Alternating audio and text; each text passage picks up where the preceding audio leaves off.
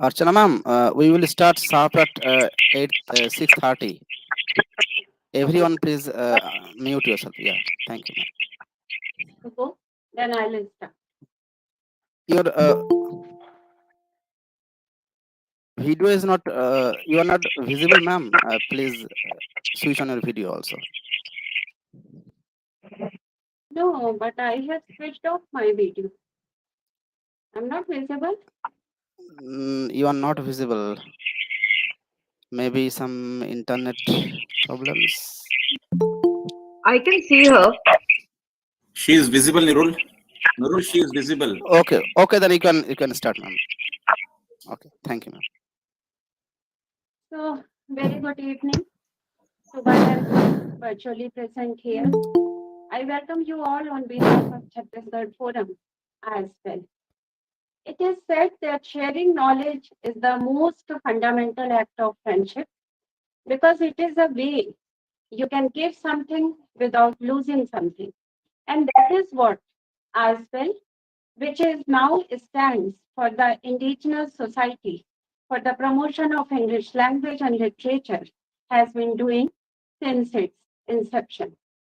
Within 2 years, the forum has 7 state level forums, and day by day, everyone is being benefited by quarterly lectures organized by this forum. This Sunday, the National Forum is going to organize its 110th lecture. Of course, it's a teamwork, and when it is a teamwork, then success takes care of itself. But one has to initiate, one has to lead, and only then things can be materialized. So, the credit goes to Dr. Ghanshyam for making this possible. Under the patronage of Dr. Kirti Tiwari and under the presidentship of Dr. Harpreet Kaur Garcha, the Chhattisgarh Forum has continuously been doing well.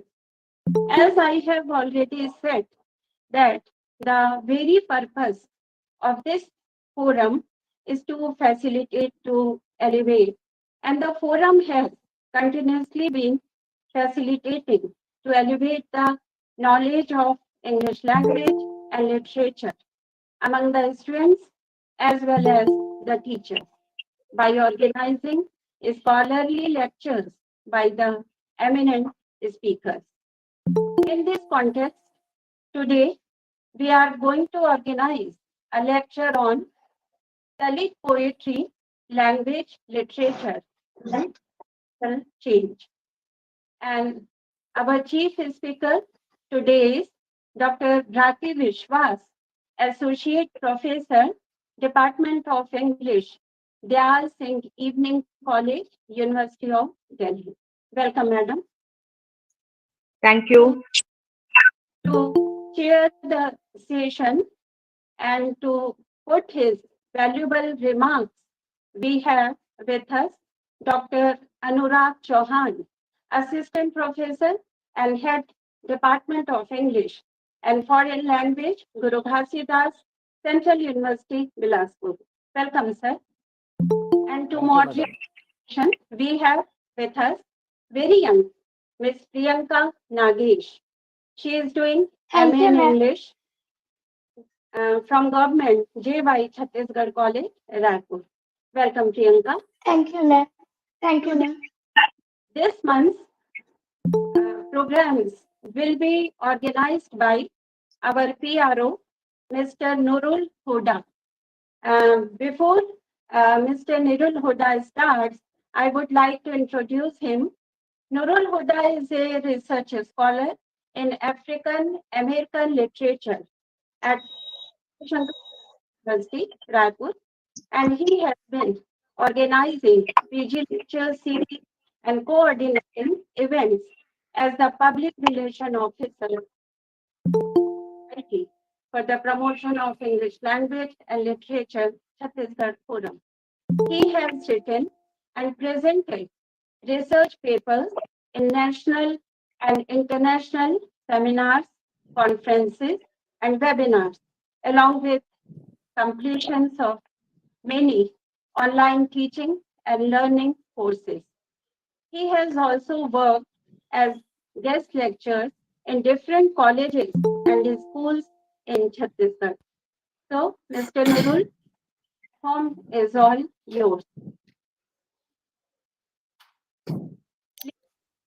Nurul? Yes, ma'am. Thank you very much. And being the actually, I'm very happy and delighted to be the part of this grand forum, which is actually also, registered, government registered society now, I spell. So I am very happy to be here. And I, being the coordinator of the event, I have invited Dr. Brati Vishwas ma'am, far from uh, Chhattisgarh, and our respected chairperson of today's session is Dr. Anurag Chauhan sir. And with due respect to the, the general secretary and the man who has established the forum and the society as well, Dr. G. A. Ghanesham sir, and all other respective chairs, patron Dr. Kirti Tiwari ma'am, President Dr. Garcha ma'am, convener ma'am, Dr. Archana Singh ma'am, and all other executive members, along with the all the, the participants here and also on YouTube. I cordially welcome you all to this Saturday intellectual meet to facilitate, to elevate our students and the teachers across the Chhattisgarh and India as well. So I also welcome the girl who is going to lead us throughout the session, who is our master of ceremonies, Miss Priyanka Nages. Let me introduce her before I hand over the stage to her. She is a student of MA English third semester from Government J.Y. Chhattisgarh College, Raipur. She is a meritorious student. She has secured first position in her class throughout the 3-year bachelor course BCA from Government NPG Science College, Raipur.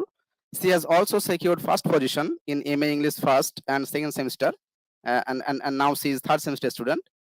She has written poems, and she also likes to draw.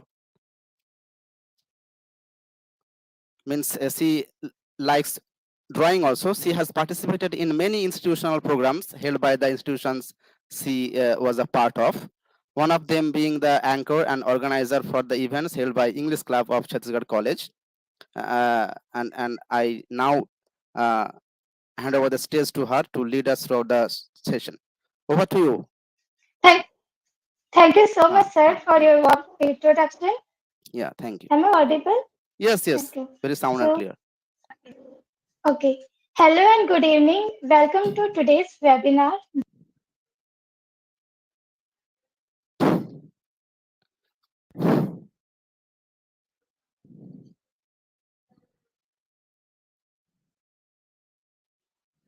A student of MA English third semester from Government J. Yoganandan Chhattisgarh College, Raipur. And I will be your host for today. And we are so excited that you guys were able to join us today. And I know that festivals are approaching, but I assure you that you will be able to take a lot from today's webinar. And our topic for today's webinar is Dalit poetry, language, literature, and social change. And about it, I would like to say, those who have been unheard needs to be heard and to let us know about their life and how much they have suffered. And what could be a better platform than literature for those unheard Dalit people to make their voices heard? And who would be a better person to talk about Dalit literature than our chief speaker, Dr. Brate Viswas, who is an assistant professor of Department of English, Dayal Singh English Evening College, University of Delhi, and she has a number of research articles under her and she has published those in various books and journals on topics ranging from women's studies to Dalit literature. She has also translated from Bangla to Hindi and English, and to top it of all, she has done her research on Bangla Dalit literature from Center of English Study, JNU, Delhi, and she has also presented 40 papers on national and international conferences on Dalit writing, gender translation, and disability. Now I want Dr. Bhrati Viswas to, to have this platform. Over to you, ma'am.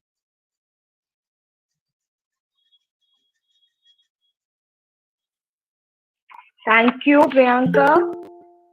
Thank you, the organizing committee of iSpell Chhattisgarh, for giving me this opportunity to interact with you all. And a special thanks is due to Mr. Narul Hoda, who contacted me on behalf of iSpell. I met him at an online conference on slavery at Surendranath College, organized by Surendranath College, Kolkata, and then he was part of our marginalities conference in 2021. The topic of my presentation today is Dalit poetry, language, literature, and social change. The brief structure which I have planned, because I've been told that I have a mixed audience and Dalit literature, I do not know how many of you are familiar with. So I'm just going to take you over I've structured the lecture to dwell on the idea of Dalithood and its meanings, how it is linked to the socio-political, cultural movements involving the untouchables, the contribution of Phule and Ambedkar to the movement and consequently to the Dalit literature and poetry. Dalit literature is a pan-Indian literature, and I would like, by dwelling on the various ramifications of the term Dalit. It literally means broken, torn asunder, downtrodden, ground down, depressed, or oppressed. Om Prakash Valmiki, in his Dalit Sahitya Ka Saundarya Shastra, says, दलित शब्द का अर्थ है जिसका दलन और दमन हुआ है, दबाया गया है, उत्पीड़ित, शोषित, सताया हुआ, गिराया हुआ, उपेक्षित, घृणित, रौंदा हुआ, मथला हुआ, कुचला हुआ, विनिष्ट, मर्दित, पस्त, हिम्मत, हतोत्साहित, वंचित आदि. All negative connotations. Dr. Shivraj Singh Bechain says that they are संविधान में अनुसूचित जाति का दर्जा जिनको दिया गया है वही दलित हैं. कमल Bharti, a poet writing in Hindi, says, दलित वह है जिस पर अस्पृश्यता का नियम लागू किया गया है, जिसे कठोर और गंदे कार्य करने के लिए बाध्य किया गया है, जिसे शिक्षा ग्रहण करने और स्वतंत्र व्यवसाय करने से मना किया गया है, और जिस पर सछूतों ने सामाजिक निर्योग्यताओं का संहिता लागू की, वही और वही दलित है. और इसके अंतर्गत वही जाति आती है जिन्हें अनुसूचित जातियां. Basically the schedule caste are, as per them, the scheduled castes are the Dalits. But as I said, the term has various ramifications. Mohandas Namesh Rai, another writer writing in Hindi, says, he amplifies the meaning of the word. He says, Dalit के अंतर्गत सामाजिक, धार्मिक, आर्थिक, राजनीतिक शोषण का अंतर्भाव होता है. So he brings in religious, economic, social, and political marginalization to be part of the ambit of Dalit. But as I said, it is easy to amplify, and many Dalit writers themselves are also following a same pattern because they also want to build solidarities across the marginal groups. Therefore, the kind of a Dalit Bahujan solidarity also is tried to be created by the Dalit writers themselves. But basically, when we talk about Dalit literature, the idea of untouchability or belonging to the untouchable caste and suffering the stigma of untouchability becomes a very important locus of Dalithood. So, when we talk about the Dalit, we have to keep this in mind.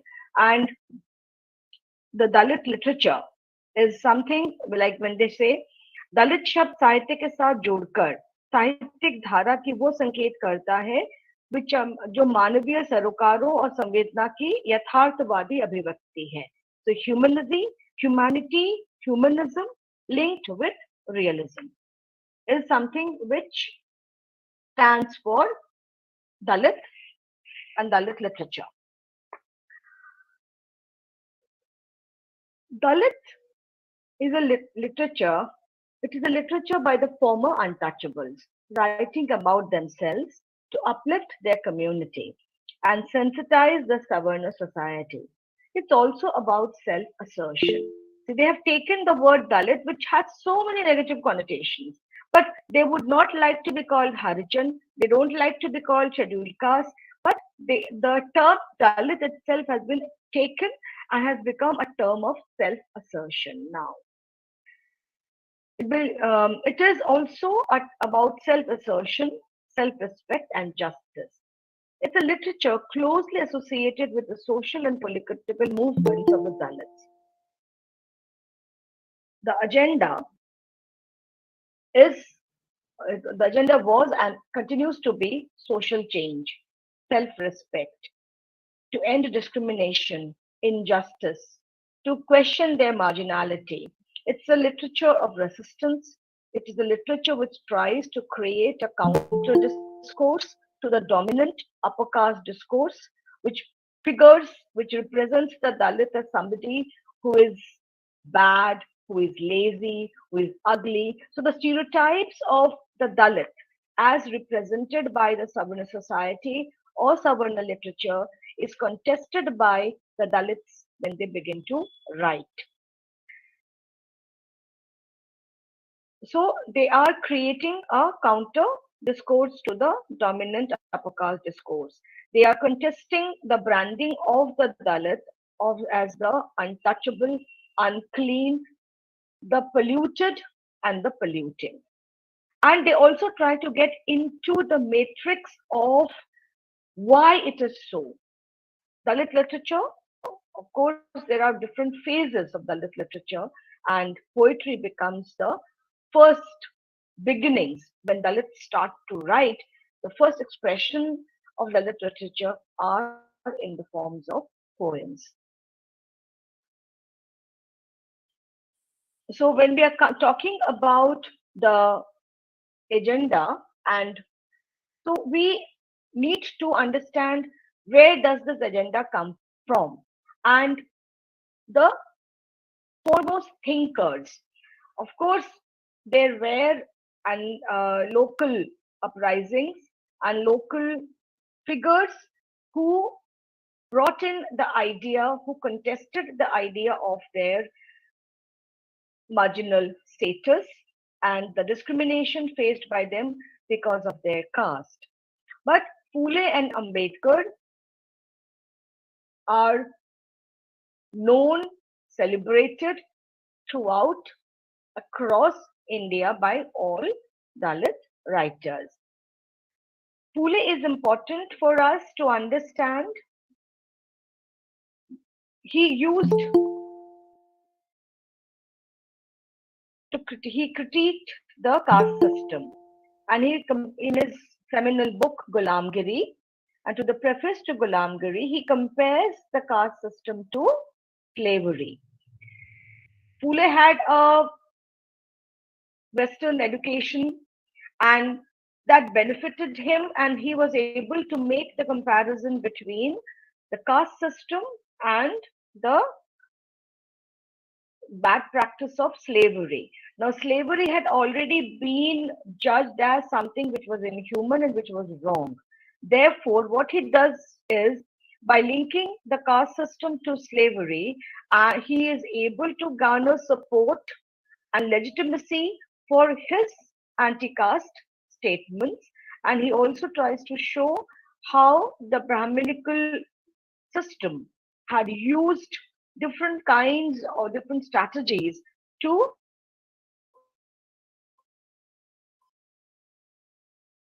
dominate and system which kept a particular group of people as the serving class and not allowed them to move upward in the caste hierarchy or in the caste ladder. He critiques the caste system and he compares it with slavery. So the caste and race parallel he draws is later emulated by the Dalit Panthers, who in 1970s they modeled themselves on the Black Panthers of America. I'm just touching upon these. I'm not elaborating too much on them. And Pule holds up to scrutiny the Brahminical hegemony through reconstructing their myths, legends, epics, and religious texts. He talks about the caste laws the Brahmins created to keep the caste hierarchy intact and the ideological brainwashing of the indigenous non-Aryan populace to bring about social change. He asserts that these laws have to be understood as products of Brahminical cunning. Ambedkar, too, following on Phule's path, criticizes the religious texts and and their support of the caste hierarchy and discrimination. Ambedkar's resistance is symbolic and had far-reaching effect.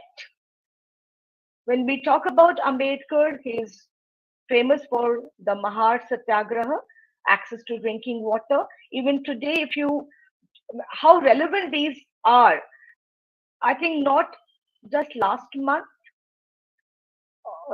We had this instance in Rajasthan where a student was wanting to drink water and the teacher didn't allow him to drink water from the pitcher and the child was lynched to death.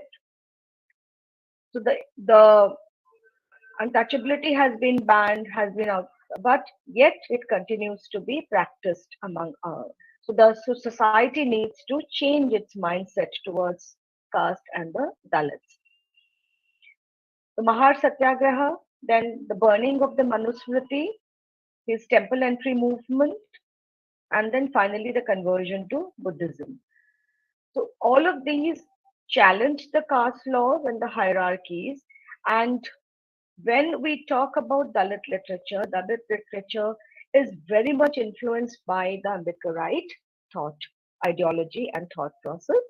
Ambedkar's anthem of educate, agitate, and organize again are the mantras of the Dalit writers in repeatedly in different writers, different Dalit writers writing across the country, you find these mantras coming recurring as themes and motifs and symbols.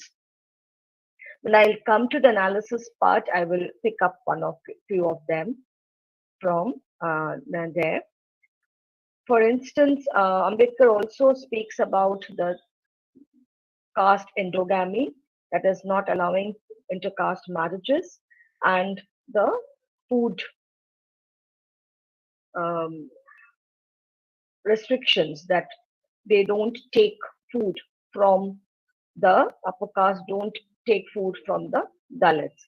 I'm reminded of a poem by Hira Bansode, the Marathi woman writer, where bosom friend, where she talks about she calls a colleague home and the meager offerings she offers to the friend are severely criticized. She's happy, when the upper caste colleague and friend, whom she consumes to be a friend because she accepts her invitation, knowing her caste, accepts her invitation to come to her home and partake of food. So that is breaking of a barrier, right?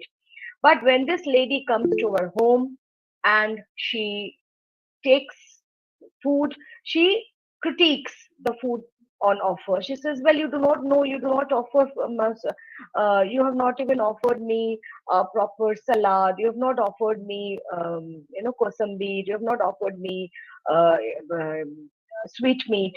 So then the voice, it's a very gentle poem, and it very, very, beautifully unravels the layers of casteism within which we live and which are so very difficult to give up and give away. Not an easy process, but the upper caste also needs to understand where the Dalits are coming from. She says, "How will I know all this? My mother was able to just feed me bread, and sometimes chutney was a luxury for us. So I am not able to understand. And maybe next time when I call you, next time I'll be able to give you better fare." But very beautifully, it creates and it sensitizes the readers to the caste and class and the divide, and also how being women, they are the ones who carry forward these matrices more. They are supposed to carry forward these matrices, the taboos. Uh, so you are able to break certain taboos, but you're not able to really empathize with the Dalit. So that's just one instance, and just kind of a digression from what I was trying to say about Ambedkar. And so the language Dalit writers use, it is a language and literature of protest. Sometimes it is a protest which is very radical, sometimes it is subtle, as in the case of the Hira Bansode. They try to create a counter public. There is already a public sphere available.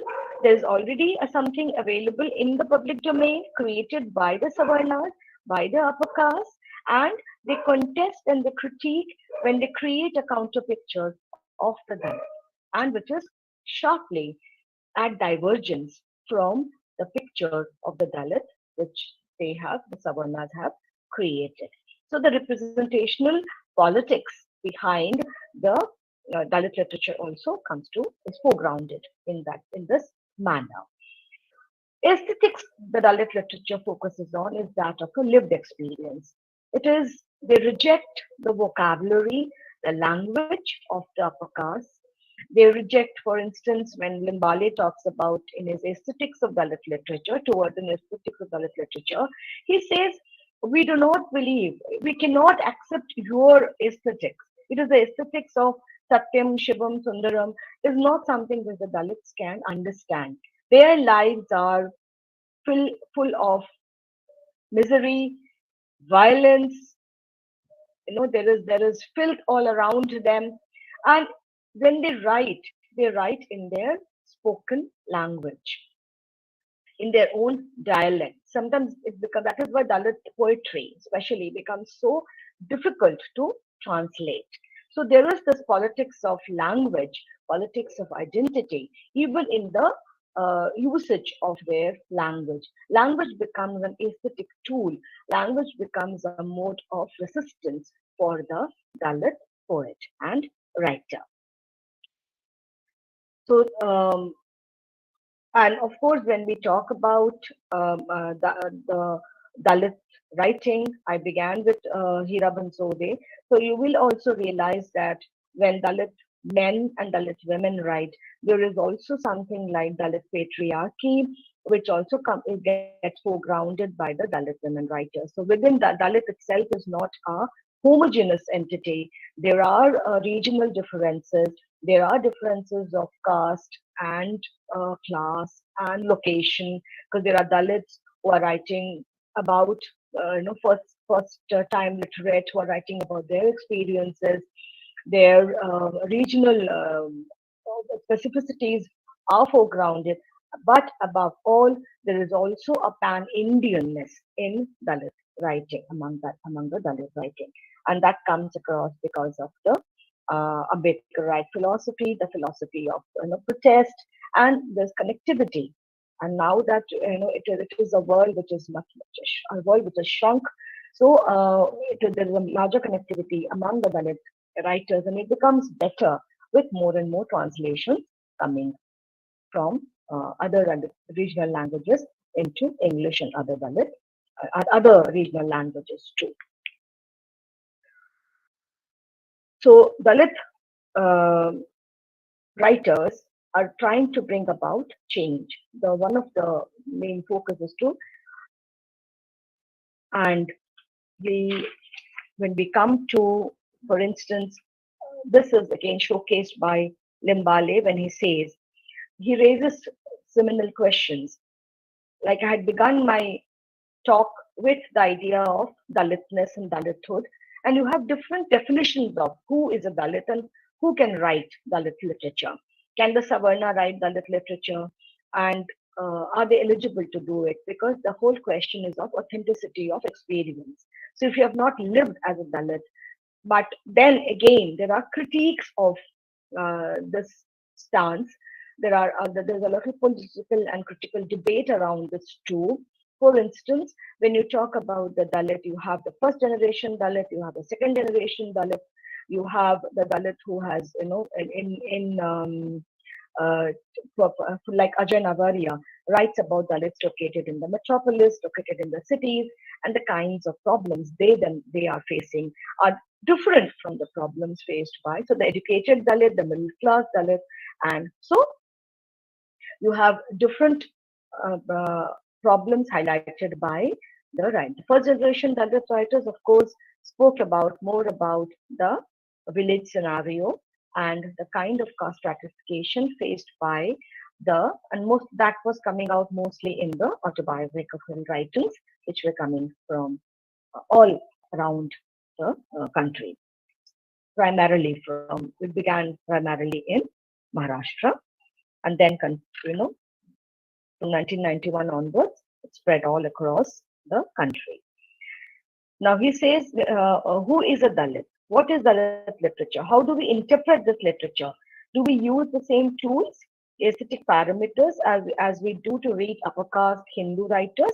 He says the upper caste writers, when they are talking about the Dalit writers, and he picks up writers like Premchand, Mulk Raj Anand, Mahashweta Devi, who have Dalit characters uh, and who write about Dalit characters with sensitivity.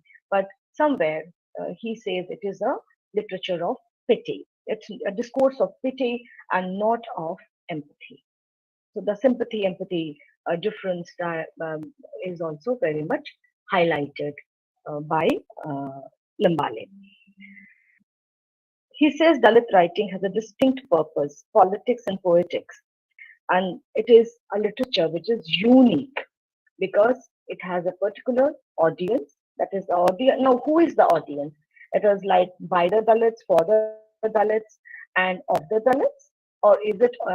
It is of course by the Dalits for the largely Dalit populace consumes Dalit literature because they're trying to bring about change not only in the Savarna point of view, but they're also trying to uplift their own people. So therefore, the readership is primarily Dalits themselves. And one of the core areas, trust areas of Dalit poetry and literature is to bring about change among themselves, also to inspire others. So the I in Dalit literature, the I in Dalit poetry is never a singular individual I. It's always a collective. The success story of one Dalit, inspirational stories of one Dalit is for all. If it is the torture of one, it is the suffering. It is prefiguring the suffering of other brethren. So that sense of brotherhood, the sense of community is something which is unique to Dalit literature. And that is what impacts their literary and aesthetic decisions.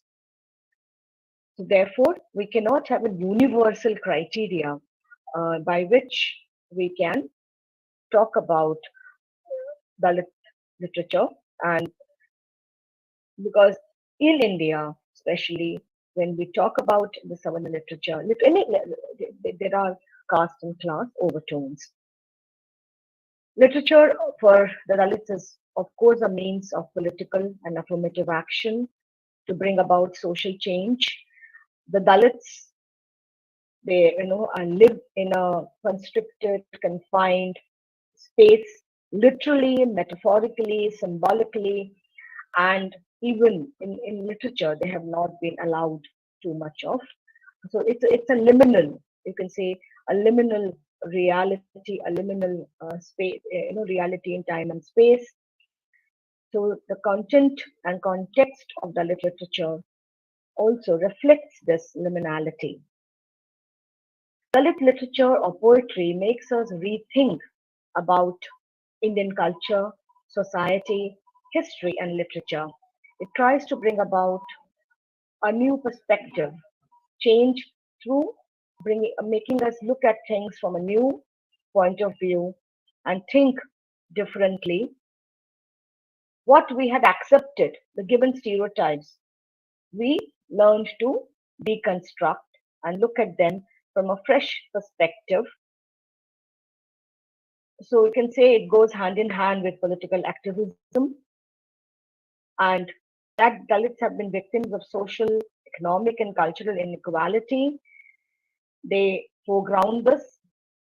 So when we try to bring in, suppose we try to bring in a post-colonial uh, out, reading of the Dalit, then Dalit, you have to change the understanding where the Dalit is the subaltern within in a caste-ridden society, and the village becomes the metropolis, and the Dalit dwells on the outskirts of this metropolis.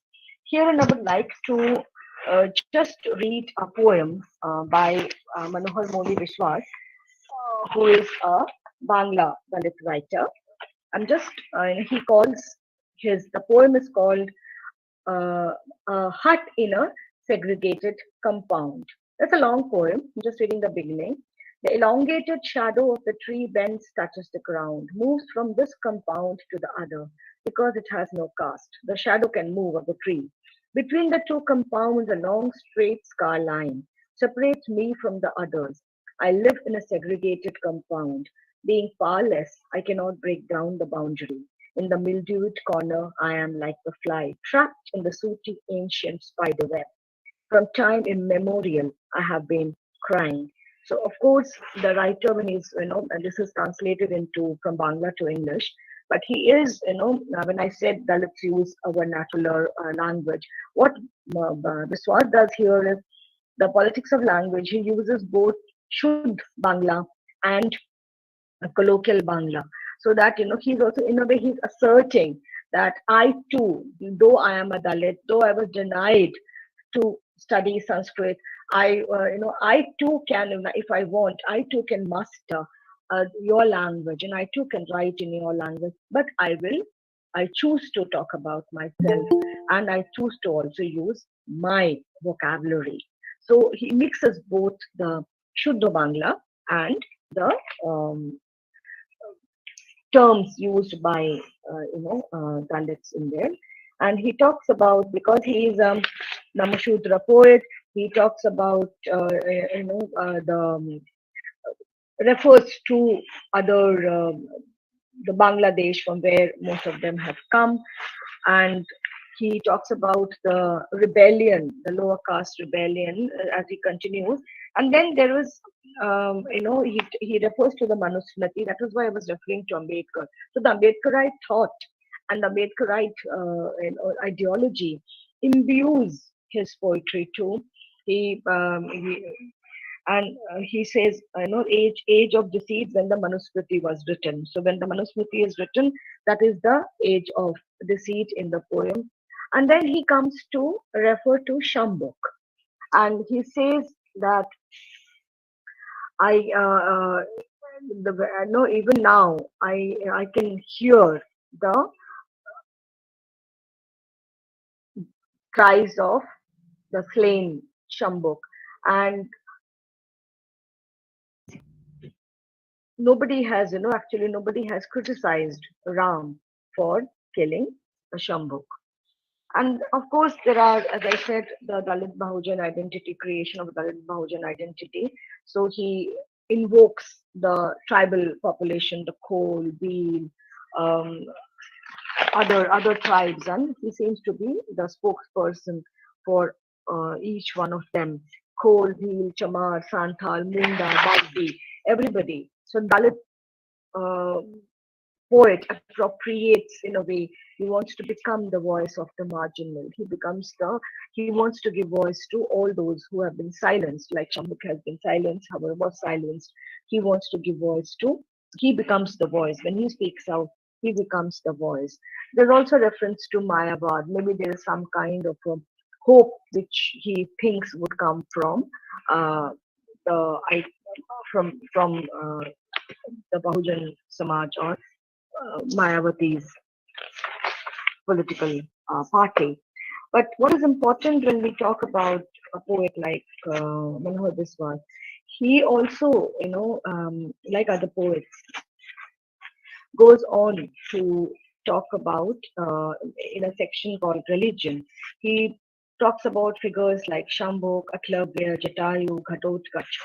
They are all the subaltern heroes who interrogate the Aryan Hindu society. The anti-humanistic tenets preached by the insensitive Hindu gods are some of the issues he takes up in this section of his poems. For instance, he is not very happy that Eklavya had given off his thumb. Jatayu becomes the figure again, recontextualizing, because Jatayu has been presented to us as this figure who sacrifices for, willingly sacrifices for Ram. But here he says, I am the conscientious subaltern who I am not supporting, I'm not supporting Ram just because I'm critiquing something which is wrong, uh, which was done by Ravan. Therefore, I objected to the Sita Haran. So not just because of our slavish support. So he says, I'm just reading two lines from there. I have seen how the non-Aryan Ravan stole Sita and took her away in his Pushpakrat. I, a non-Aryan bird, have also seen how the powerful Ravan did not use force on Sita. So there is a recontextualizing the vilification of Ravan and the celebration of Ram. So that's a very subtle manner, but it is still Ravan is of my own jati. Even then, I did not support his scaling. So that this idea of consciousness. Ghatotkacha in a poem called Yuddhe Jabo, I will go to war. Again, questions and asks his mother that where you treated well by the my Aryan father, and whom should I support when I go to if I want to go to war in support of my father.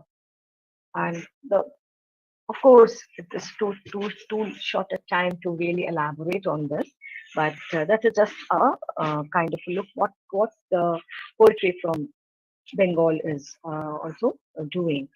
From there, I'd like to. So Dalits, what even the subaltern status is inherited by birth and sanctioned by religion. This is again critiqued by all the Dalit poets. Religion, and it is consecrated as sacred. It is eternal and unalterable. Even in death, the Dalit does not lose their identity. The voice and presence which was denied, visibility which was denied to the Dalits, and because they were relegated to a limited space in real life and in literature, they were not allowed to study Sanskrit. They spoke a different tongue. They were erased from literary representation. The untouchable is completely absent from Sanskrit literature and other regional literatures, very few references. So the lower caste, Limbale suggests that lower caste saint poets like Tukaram, Kabir did make an impact, so that the literary historians did have to take notice of them. But they were right; they were criticizing caste, and they were like Tukaram says, my untouchable body, and he wants access to Vithal, but it doesn't have the modern day Dalit consciousness. So you can't call them exactly Dalit literature, right? But there is a sense of caste being something which is the caste system being something which is abhorrent. That is there. A questioning of caste system is there, but actually the radical Dalit self, that kind of radical Dalit self, doesn't really emerge in the Bhakti poetry. The Dalits, when they speak out, they become the speaking subjects. I'm reminded, can the subaltern speak? Yes, Dalit, as the subaltern, does speak out. And so the language can be sometimes what language they use. That is why the vernacular, the vocabulary they are using becomes their own. But again, there are problems within that. when you go, sometimes the language uh, which they have to perforce use, or the symbols they have to use, are created and constructed by the Savarnas, but they make it their own, like they have made the term Dalit their own. So they become the speaking subjects. The poems, the topics of Dalit poetry are, of course, caste, labor, poverty, misery, humiliation, violence, marginality. They want to force their community, awaken their community. Resistance and rebellion is part and parcel of this, you know, um, poetry. They critique all systems of oppression, atrocities on the Dalits, which we find in newspapers, are catalogued to keep them alive in the public memory. A newspaper article, a newspaper item is very ephemeral. It comes and it gets and then we forget. It goes away from public memory. But there are poets who use pick up these news items of atrocities on Dalits and etch them in their poetry to give them more permanence and give them more visibility too. For instance, in Bangla Dalit writing, we have reference to the Morid massacre. The atrocities committed by, there is this poet Gautam Ali who talks about not only the Morid massacre, he talks about the atrocities committed by the Ranveer Sena in Bihar on Dalits. In Telugu Dalit poetry, we have reference to massacre of the Dalits in Nirukonda in 1987 and in Chunduru in 1991. There are references to Kailanji and other atrocities which have been happening and continue to recur. So the significance of those references are very important because they continue to recur and they continue to be relevant even today, right? So the social change which Dalit poetry is trying to bring, they want to reform their society and Savarna society. There is a revolutionary, they want to bring in revolutionary transformation among themselves, bring in that revolutionary fervor. Not always easy. The political agenda is, of course, to empower the Dalits to gain power and self-respect.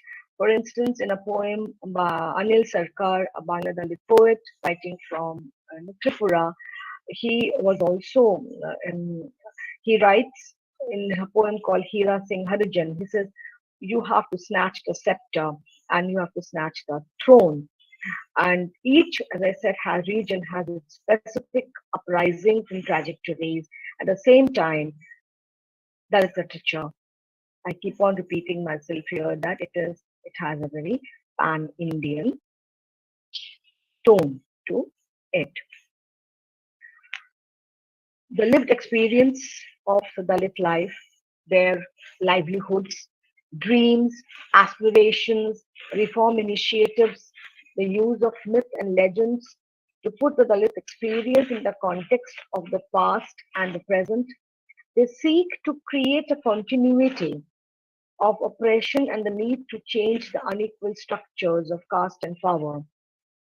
Of course, you can also see the kind of a Foucauldian paradigm between power and knowledge, because Dalits, like women, were denied access to power, knowledge, and through that to power. Their Dalit identity, each one of them avow with pride, even when they are depicting the indignities reflected on them due to being born into a Dalit caste. They are haunted by the caste wounds, but ultimately they preach the theme of love for all and humanity. So in that sense, it is a literature, it is a poetry which focuses on humanity, but it also talks about the aspirations of the people. For instance, if we see a poem by F.M. Shinde, it is a small poem, but it's translated from the Marathi. He talks about the aspirations which the Dalits need to think about. Some have forgotten. So they need the poet tries to arouse them. I'm very much reminded of a poem, Harlan, when I read this poem. Once you are used to it, you never afterwards feel anything. Your blood nevermore congeals and flows, for wet mud has been slapped all over your bones. Once you are used to it, even the sorrow that visits you, sometimes in dreams, melts away embarrassed. Habit isn't used to breaking out in feelings. So here, the poet is urging the Dalits to get out of the habit of not not rebelling against the atrocities on them. He's asking them to rebel, to revolt, to raise their voice against.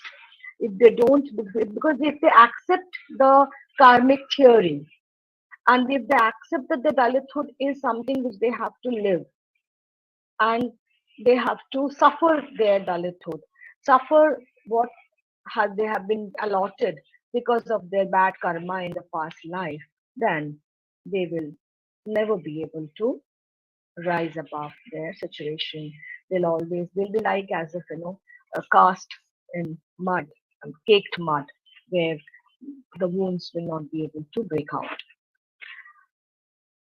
But here we also have another revolutionary poet, and read N.T. Rajkumar's poem, which we are having in our course. I don't know how much of Dalit literature is taught to the students in Chhattisgarh, but in Delhi University we do have a few of Dalit literature in different. This is from a course which we teach to our undergrads, where this is a poem which is Untitled by N.T. Rajkumar, a Tamil Dalit poet, where it is all about retaliation, all about revenge, all about revolt. So it begins with an image of a dangerous image of the dancing cobra eyes, twist into the body, striking at the corner of the soul, asleep, sticking one's tongue out on those full moon nights, drunk with the saliva, sucked from the dripping mouth, my poisonous poetry, scattered like fragrant flowers, frightened to smell them alone, you bring to your aid those soaring birds of prey, denying Shiva this time, standing on the power of the god of anger, I tease the kites. Ask them, are you well? You fly away, disappear in the distance like a dot. So the Dalit is able to scare away the Savarna predator. I cannot touch the shadow of your wing. I will be born again and again as a devil, a ghost, a Kali, and a Saki. As the vengeful furies, I will terrorize you and follow you. So retaliation, that becomes a very the buzzword of this poem. So as I said, it is not homogeneous, it is heterogeneous. There are different angles, different perspectives coming from all around us. For instance, we have another poet, the Telugu Dalit poet, Darla, who talks about the digital divide. Now today we are talking about digital India, digitizing India, and here we have a different perspective. The perspective of the Dalit who says that he says in collapsing library, a poem. He says something must be done immediately with internet quakes. Danger signals appear on the Richter scale. Cracks begin to appear on library walls. Should the books be buried with digitization? Mouse to the hands of the unlettered? Despite my search for another millennium collapse, they deny me access to a single letter of the alphabet. Everything figures in the internet they claim. Hereafter, our heaven in one's palm, internet and enchantress. One would be out of ambrosia. So here, reference to Mohini, the whole Amrit Manthan, where the Amrit was taken by the gods, and the so-called subalterns or the Daityas.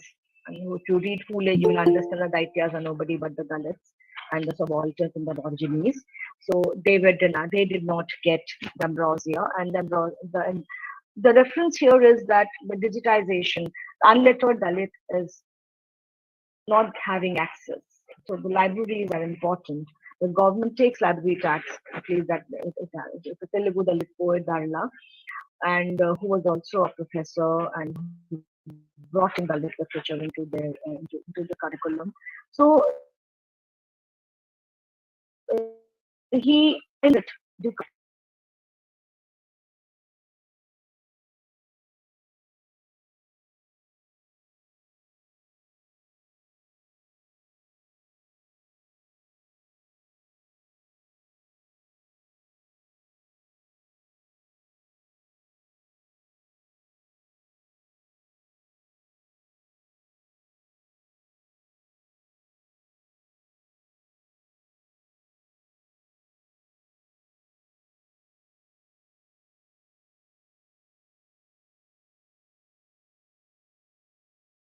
creates inequality by among the digital savvy, the internet savvy, and the Dalits who are not so tech savvy, who do not have access to. Yeah. How much time do I have? Should I be drawing to my conclusion?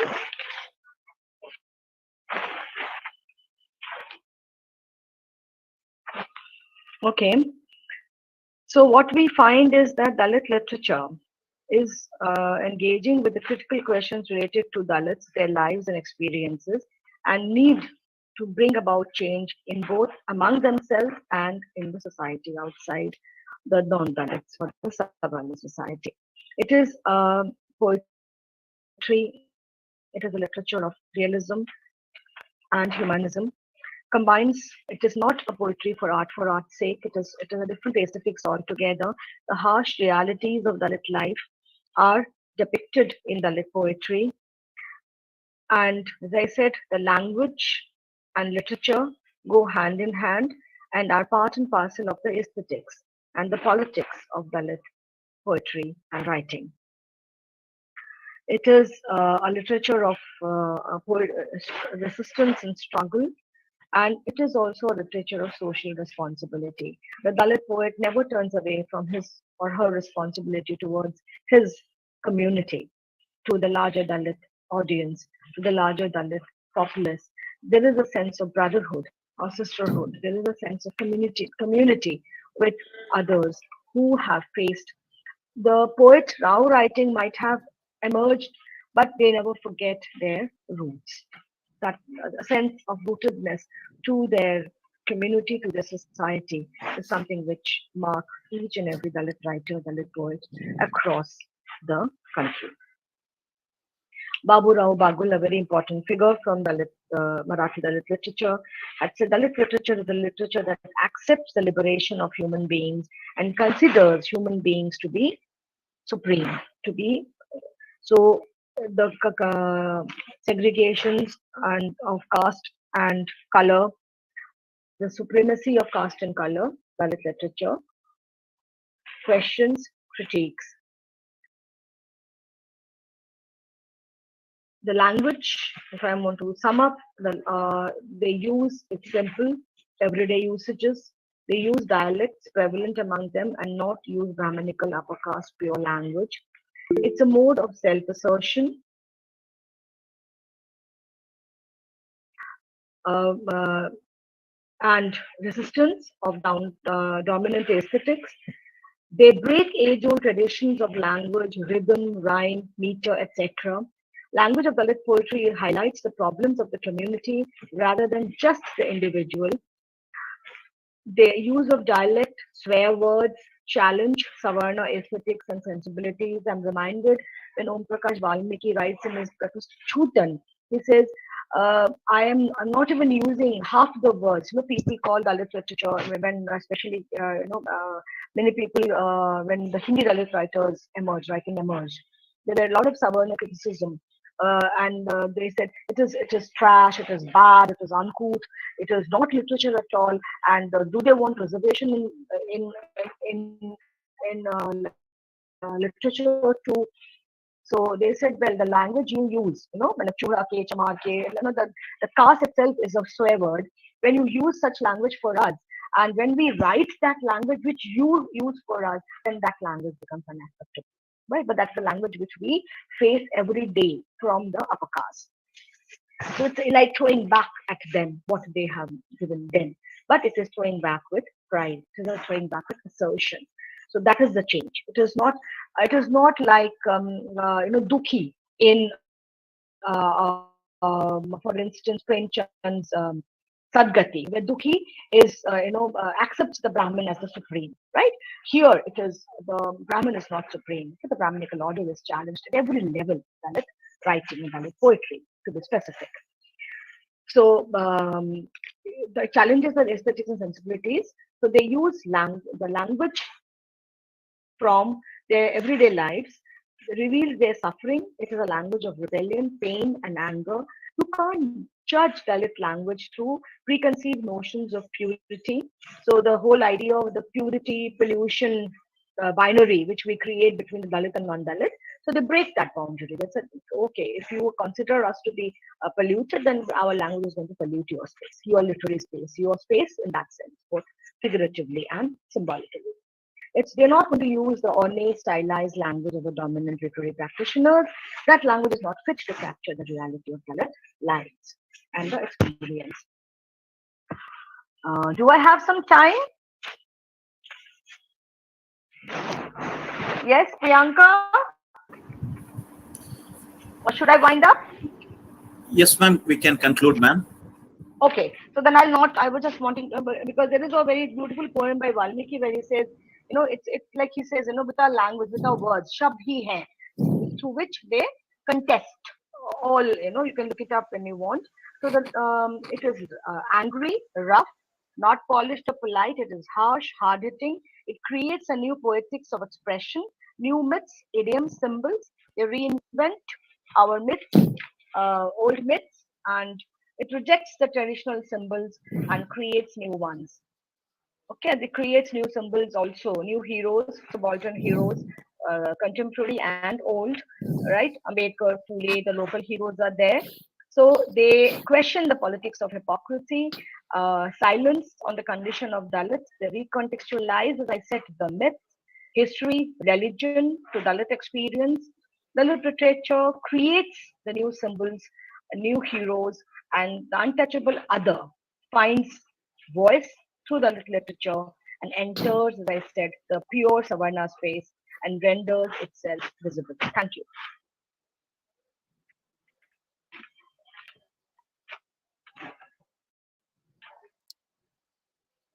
Priyanka, it's time for question answer session. Priyanka, unmute yourself. Unmute yourself.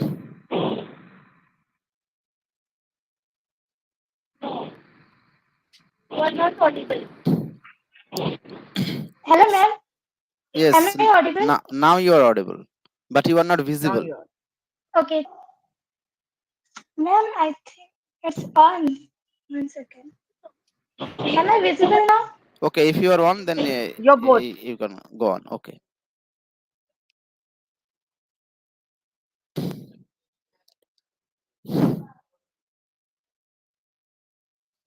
History, language, literature, and social change. And as you have told us about Dalit, what the term Dalit means, how Dalit terms mean that broken and downtrodden, oppressed and depressed people. You also told about that Dalits are politically, economically, and socially marginalized people, and how Dalit literature are by the Dalit and untouchable people to write about themselves, and its agenda is about social change, self-respect, and to question the marginality that they face. And you also tell us about Phule and Ambedkar and their take on Dalits, and you had told us about and you also told us about Hira Bansore and his poem, and Her. and you have She's talked a about Ajay woman Dalit. Navatia. Hira Okay, Bansodi is a woman. okay, sorry, ma'am. Oh, so No. you told us She has about Hiraban listened story. the whole lecture very carefully. Yes, very, Uh-huh. very, very well. Uh-huh. Notes well taken. Yes, yes. Go on, Priyanka. Thank you, ma'am. Mm. And okay, and you also talked about uh, Ajay Navaria and how he writes about city Dalits and educated Dalits and not about, and how he makes the differences about the Dalit in the city area and the rural and uneducated area. And he also talked about Premchand and Anand and how the literature is about pity and not empathy. And and we have also talked about Manmohan Modi Viswas and his poem about In a Segregated Compound, and how his poem is in Bangla and it is translated in English, and how he uses vernacular language. And he also talked about how Tukaram and Kabir are they have written about Dalit poetry, but they they don't conform to modern day Dalit literature. So that is why they cannot be included in modern day Dalit literature. And he also talked about how the Dalits want social change and reform, and how they want to challenge the sovereign society, and how they want to uh, bring about change in their situation in the society. And you also talked about how the Dalit literature has pan-India tone to it. And lastly, you had told that Sindh's aspiration with the Dalit to talk about how they have been in the society. And lastly, you concluded that Dalits want their voices to be heard. They are about realism and humanism, and uh, and how they want to talk in their own language and their own grammar and vocabulary, and not and they want to voice their own situation in their own language. Thank you, ma'am. And now I would like to ask the participants to submit their questions or ask their question, and we will listen to your questions.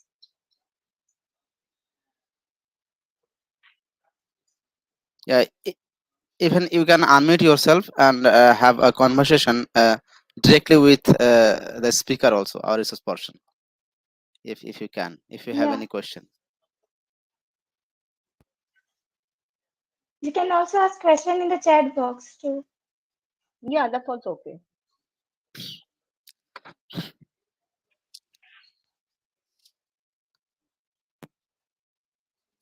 Because it's such a vast topic, So Yes, I ma'am. was Yes. trying to construct some kind of, because I did not know how.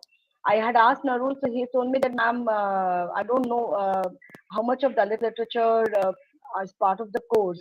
So I just made it a very basic lecture in the sense that it becomes kind of introductory, Yes, ma'am.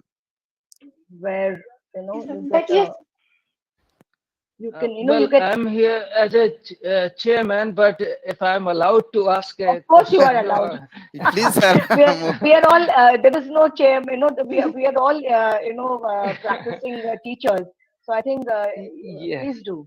I will be happy if I can. yes. Well, I know that the literature has been here for several decades.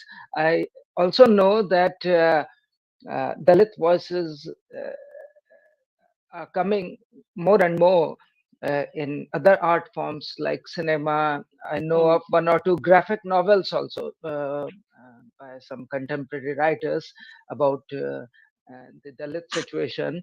Uh, I don't know about other art forms like sculpture or painting in which Dalit voices We have maybe a they are. painter, Savi Savarkar, who is a Dalit Okay. artist, and who paints specifically Dalit from a Dalit perspective.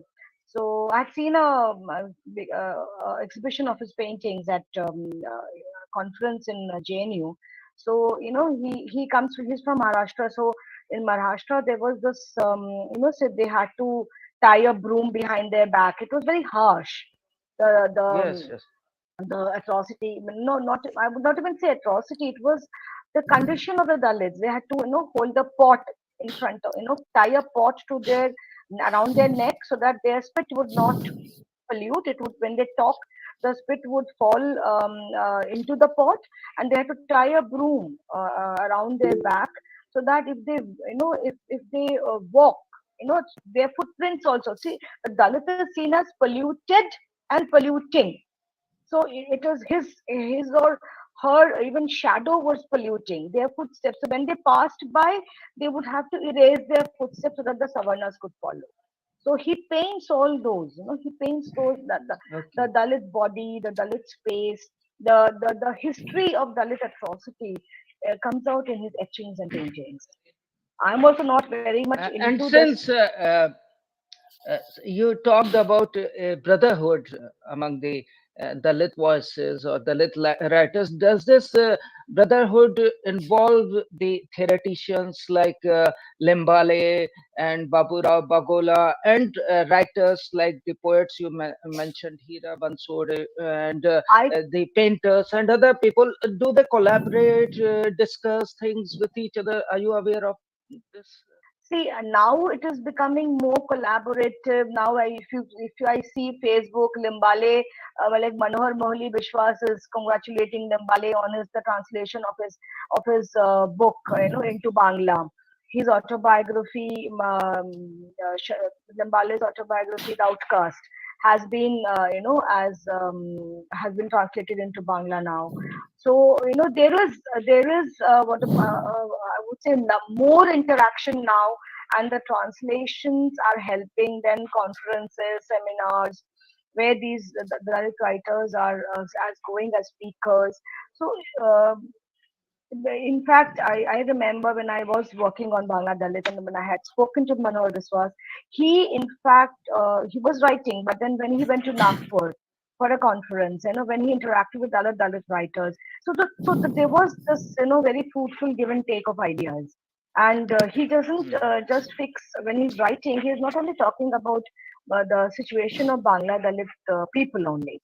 I remember a short story where he talks about the system of marrying the first girl of the Dalit family to the god. The system where you are converted into. I'm not just I'm forgetting the term. What is it called?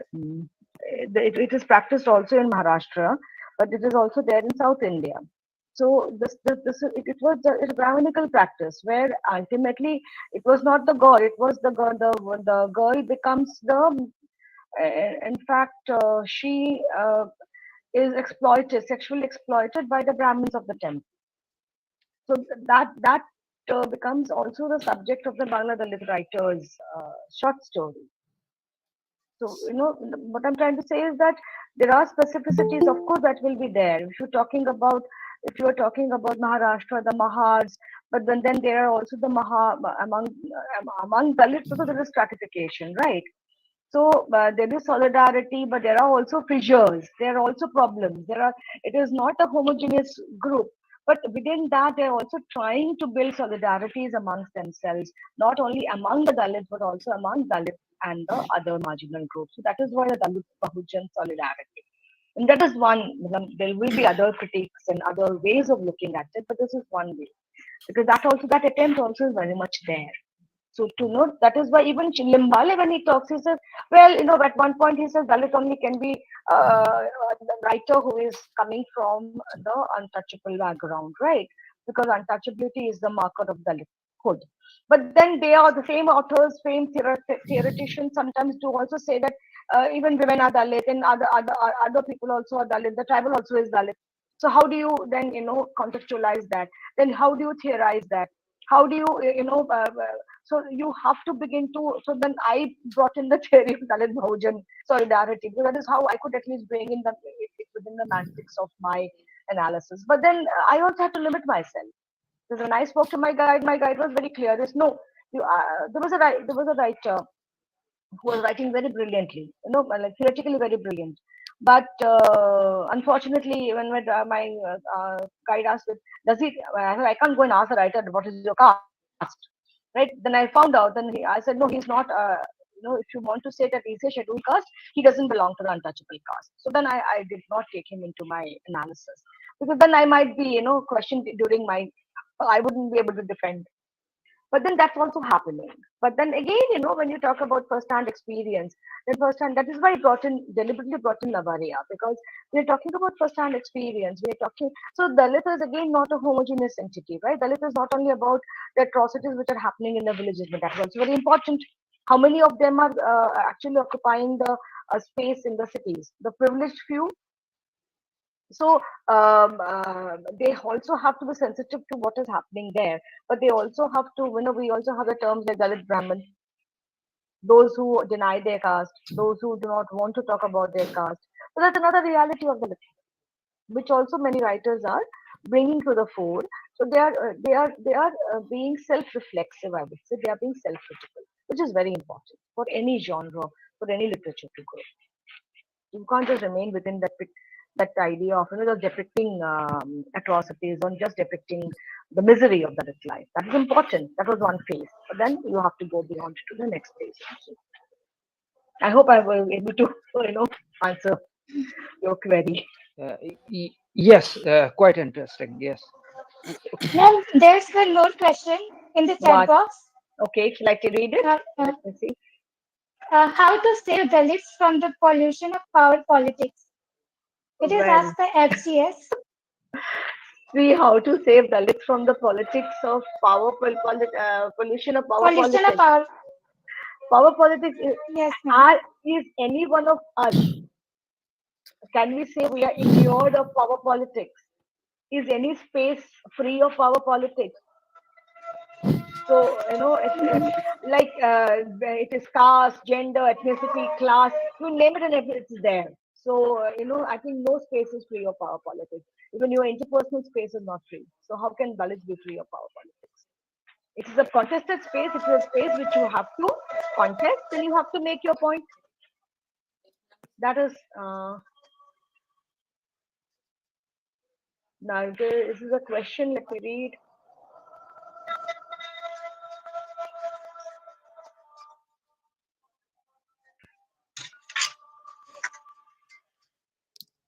Yeah, point well taken, Yasmin. I think that is why, in my classroom, I try to sensitize. The writers are writing to sensitize us. So I think when we, as teachers and as students, we also have to sensitize around people around us to be a little more human, humane, and to understand. Sometimes we tend to, go by the dress, by the appearance, by the looks, and we tend to say, they don't. But we also need to understand some of them are first generation learners. If they are first generation learners, they will not be able to, talk so fluently. They'll not be so smart. But then you have to take them along, right? You have to facilitate and incorporate them into the mainstream. I think that is one lesson also that literature teaches us. Despite so much of suffering, there's still, if there is rebellion, see, there is, of course, there are different voices. As I said, there is the voice of compassion, humanity, but there's also, like I read the poem N.T. Rajkumar's anger, vengeance, violence. But if you keep on hitting me, I also will one day hit you back. So that's something understood. One needs to understand within the context where it's coming from. Thank you, ma'am. Priyanka, Thank now you it's for time to invite our Okay. chairperson. Yeah. Okay. Now I would like to invite our chairperson. So before inviting him, I would like to say about him that Dr. Anurag Chauhan has been teaching for more than 25 years, and he has been an assistant professor at Guru Ghasidas University in India since 1997. And he has been teaching various courses in English at both graduate and postgraduate level. And in his capacity, he has also supervised student dissertations and is also a PhD supervisor. In 2011 to 12, he was a Fulbright scholar in residence, teaching courses in literature, post-colonial literature, theory, and cinema from India at two American institutes for 2 semesters. So here to you, sir. Well, I welcome you. Thank you very much, Priyanka. And after this comprehensive lecture by Dr. Brati, I don't think I can throw any more light or give more erudite observations, but still, there are some things Dr. Brati, I mean, it was a mind-opening lecture in many ways. I'm sure she could have spoken for hours and hours about this. Well, And see, thank you. But see, it is my research area, so I can go on and on. yes, yes, I could feel. And when talking of Dalit literature, I mean, it is difficult, not difficult to control one's agitation and anger. You know, uh, uh, when you read these works, first-hand reading. I mean, I've read Juthan and some works, so I know how it feels. It's very painful. It's very painful. We have Yes, very. excerpts from Juten in the course, but that is not, not the whole novel. Yeah. Just a little bit. So, Dr. Brati is starting with the morphology and etymology and the socio-cultural dimensions of the word Dalit, then moved on to uh, theoreticians like Phule and Ambedkar, the hegemony and the creation of textuality as a part of the Savern strategies. Other critics like Limbale and Om Prakash Valmiki, Baburao Bagoda, and the first-hand readings which he gave of that is poets like Hira Bansod, Manohar Murli Biswas, Gautam Ali, Nikhil, S.M. Shinde, Darla, and Tiraj Kumar, and many others. That was great. And she also referred to the conventional depictions of that is a different presentation of the Dalit consciousness by poets or writers like Tokaram and Kabir. And so we can differentiate between uh, that that kind of consciousness and the more radical outlook that has come in the Dalit literature of the recent decades. Now, the language of protest for creating a counter public, that is something which we need to understand more comprehensively. And as she mentioned, it comes out of it comes out of and leads to an aesthetic of lived experience. I know one professor. She once told me, at that time she was an assistant professor, now she is a professor. She told me she was from Maharashtra, and she said she stopped speaking Marathi. And I said, why? She said, because we are Dalits, and our way of speaking Marathi, whenever we opened our mouth, spoke Marathi, we were clearly, instantly identified as belonging to that community. And that further deepened our marginalization, the stigma that we were facing. So, therefore, we stopped speaking Marathi. Dr. Brati covered this aspect of language, textuality, and Dalit aesthetics very well, and how Dalit literature it centers on creating a brotherhood and with a desire for social change. When Bernard Shaw said, uh, for art's sake alone, I would not care to write even a single sentence, just he wasn't talking out of lived experience. He was just mentioning something which could have been a part of empathy, but it was not his lived experience. But that is true. What we say in case of women, one has to be born a Dalit to be speaking a Dalit, and therefore, madam, your choice of not including a non-Dalit writer in your research, I think that was quite justified. So, uh, Dalit literature, it is about disenfranchisement from knowledge and power, and speaking about that, personal hurt and communal hurt, and a need to come out of that hurt and critique.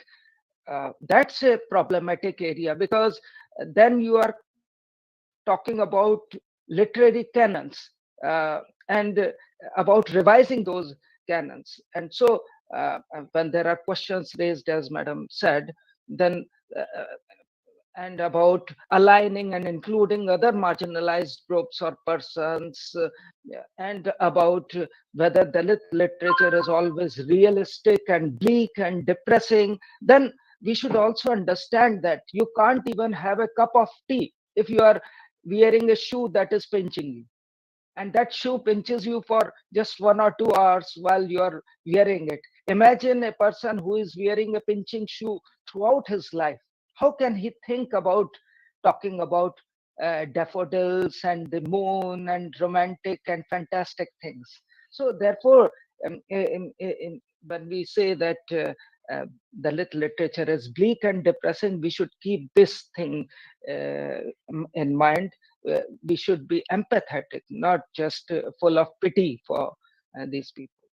Uh, we should also understand that when we read literary works like Beloved and Color Purple, in which racism is there, when we read works from India carrying Dalit voices, we can understand that the situation is much more complicated and problematic in the case of Dalit people. So, as Priyanka said, that literature is one of the best platforms for giving a place, a space to Dalit voices. And I'm all praises for I Spell, a brainchild of Dr. G.A. Ghansham. And incidentally, I'm very happy to be with old colleagues like Ghansham sir, Archana madam, Dr. Anita, and various other colleagues. I'm very happy to be here at this platform, and I give it over to you, Priyanka. Thank you again so much, everybody. Thank you. Thank you, Actually, I sir. also Thank you. enjoyed. Mhm. Please come, Yes. Priyanka. Thank you, sir, for your wonderful words. Yes. Thank you, sir, for your take and your wonderful words on Dalit poetry. And now I would give this stage to Mr. Nurul Hoda, our event coordinator. Over to you, sir.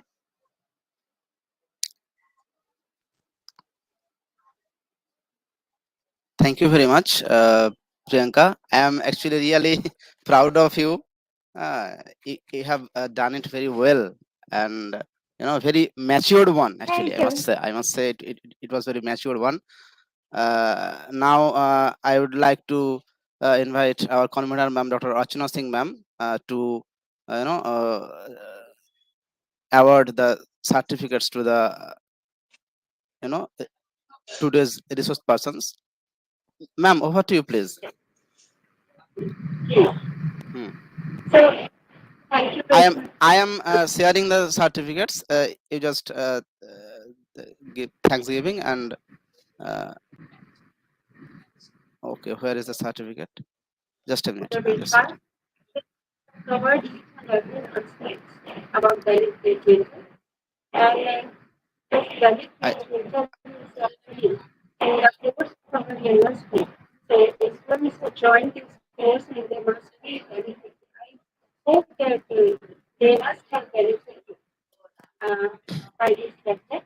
So this is the first certificate which goes to Dr. Vishwas. Thank you very much, Madam, for being there. And I hope Thank that you. Thank you for the lovely appreciation. thank you for being there. And the next certificate goes to Dr. Anurag Chauhan. Thank you, sir. And you have put in your remarks, your valuable remarks, and also you have summed up the lecture very well. And thank you very much, sir, for being here. And please Thank accept. you, madam. It was a great pleasure being here. Thank you very much for being there and for accepting. Please accept this token of appreciation from the Forum of Participation. And this is the last certificate, and this is for Ms. Priyanka Nandi. Thank you, Priyanka. You have conducted the program very well, and please accept this as a token of love from us. Thank you. and Thank you, Lily. thank you, ma'am. And my special Thank you, ma'am. Thank you. yeah, and my special thanks to Dr. Broti Vishwas, ma'am, for accepting my request, and the chairperson, Dr. Anurag Chauhan, sir, as well. Thank you, sir and ma'am, both of you. It was a Thank you. I wonderful, really wonderful enjoyed. session. Yeah, thank you, ma'am. Even I also enjoyed this very much because it was a different kind of an audience and a very erudite audience, I must say. But I just hope I was not very basic No, no, because I thought I it No, was thought ma'am, very you that wonderful learned a session. lot. It was very wonderful session, and I also Yes, thank sir. for joining Dr. Ashok Sachdeva sir from different forums and other like Dr. Mural Krishnan sir. All of them are far away from Chhattisgarh also, but they have took up some time to encourage us. Thank you, sir. Thank you, Thank sir. you. I've been listening throughout. It was really enlightening and very revealing kind of, lecture. Thank you, sir. And I was also benefited and learned a lot from this Dalit literature. Thank you so much, madam, for enlightening us. no, it's a very good forum. I must say, a very good initiative because so many things we take for granted being in Delhi, but this is really really appreciated. That you're doing so much and keeping the intellectual cells alive. Thank you, ma'am. Okay, so we can take your leave now. Yes, ma'am. Thank you very much. Thank you. Yes, Thank you. And nothing certificate, you will mail it to me, right? Yes, yes, ma'am. Yes, ma'am. Obviously. Okay. Thank you. Good I'll night, send it. all of you. It Thank was a you. pleasure being here. Okay, thank you all of you for joining. Thank you, sir. Yes, ma'am. Thank you.